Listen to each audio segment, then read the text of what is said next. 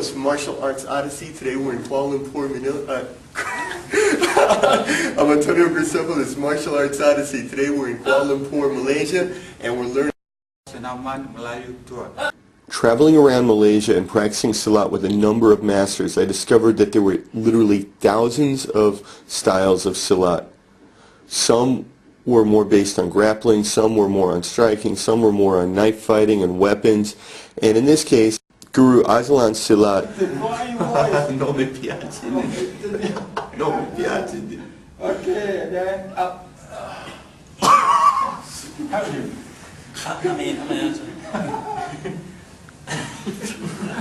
Was almost like an internal martial art. They started out with this exercise program every day, and this isn't like my kickboxing exercise. This isn't performance athlete exercise. This is extremely healthy exercise that focused on stretching and bending the joints and moving your body.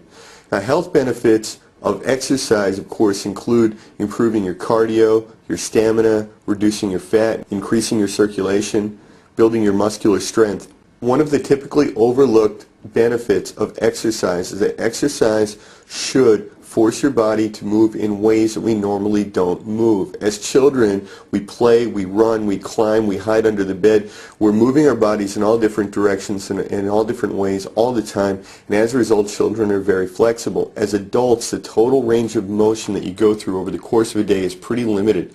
The average adult probably doesn't even reach over his head very often, but how often do you twist or turn or bend your body like a pretzel? So that's one of the benefits of something like yoga, is that it's just forcing you to bend your body in ways that you haven't since you were a child, because otherwise you're going to wind up with arthritis and you're going to wind up with limited range of motion, you're going to have injuries and things like that. That's why when adults, even if you're fit and then you go skiing, and your knee bends in some crazy direction, you wind up crippled because you're just not used to bending that way. And if you go to the gym and you lift weights and you do aerobics and you're running on a treadmill, if you look at your total range of motion, it's still pretty limited.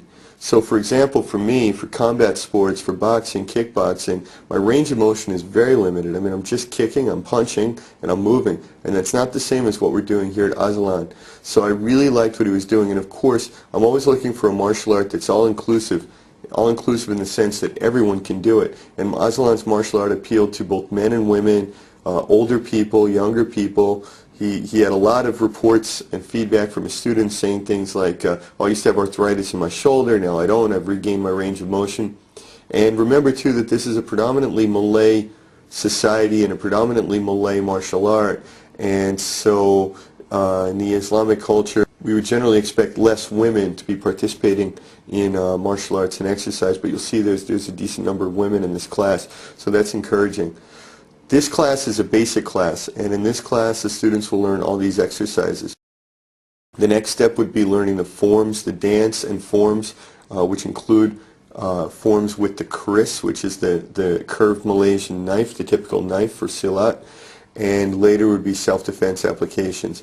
As far as sparring and fighting goes, there is a general feeling of respect pervasive throughout the Islamic martial art, the Muslim martial art, that they don't want to hit people in the face, that this is considered an insult, so you don't want to do it. So they don't typically do sparring. Azlan said that to me many times. He goes, no, I'll never hit you in the face because I respect you.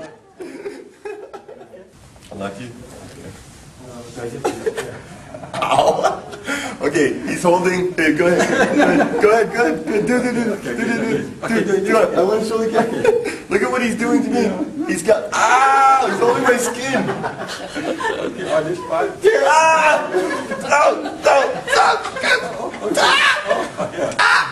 Go down. Put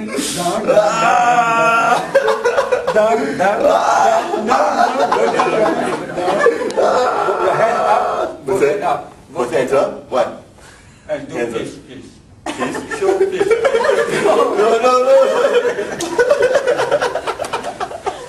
And he said, some guys come in here and they want to challenge us to fights, and this is not respectful. Yep. Grab the skin. Yeah. Ah! Yeah. It's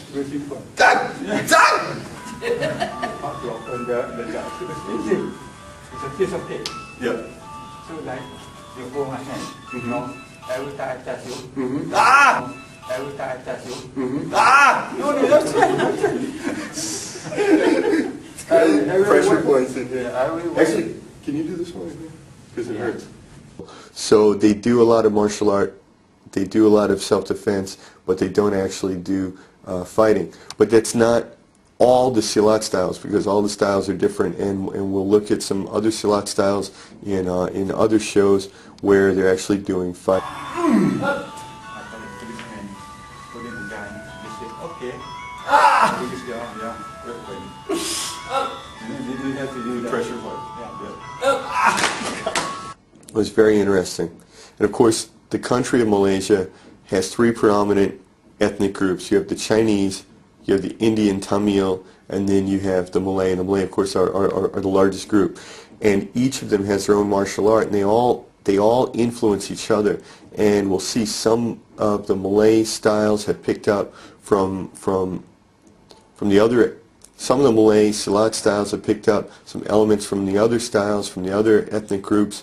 And then, of course, Malaysia borders on Thailand. Right on the Thai border are the three Muslim states of Thailand: Pattani, Narathiwat, and Yala. And these are Muslim states, and the people speak a Malay dialect there. So there's a lot of interchange, a lot of cultural exchange between the people of southern Thailand and the people of Malaysia. And of course in Thailand, Muay Thai is a predominant martial art. So we'll see elements of Muay Thai coming in, and some of the Silat styles will actually be similar to Muay Thai. But then because Silat is a combat art and not a sport art, it would be like taking the Muay Thai, taking the gloves off, adding in the grappling, adding in the weapons, and adding in all these things that make it a complete, I want to say a more violent martial art, but obviously that's not the purpose, but it is. It's more violent sometimes. Azlan's martial art is a soft, predominantly internal martial art, and I just found it wonderful. I think if I did one or two of these sessions a week in addition to my regular fighting training, I think I'd be a lot healthier. Up. There you go. Ah! That's terrible. Oh, that's awful. That's a really good show. Azlan was an absolute gem, a diamond for me to have found, because he is the editor of Baladiri, which is the martial arts magazine in Malaysia. So he knows everyone, he knows the history of Silat, and he's able to give me a lot of really good information. Unfortunately, as always, we don't have external microphones. I'm hoping to buy some at some point, so a lot of the audio was not usable, which is sad, because this man has a lot of information.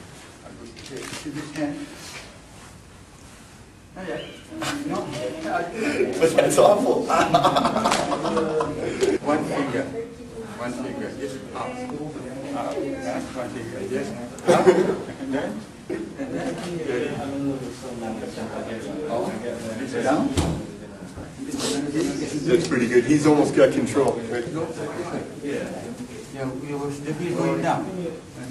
I just focus on here. Okay. Oh, I put open here. Okay. All your self-defense is very simple, Very simple. very effective. Simple, effective. And these students, they can learn in just a few months. Yeah. Not just a few months, but also in a few seconds. I'm Antonio Gracefo. We're in Kuala Lumpur, Malaysia. We're learning Silat, and this is Guru Master Masalan. And do you have any last word you'd like to say? Practice, no matter what kind of martial art, just practice, get sweat, and get healthy, and smile.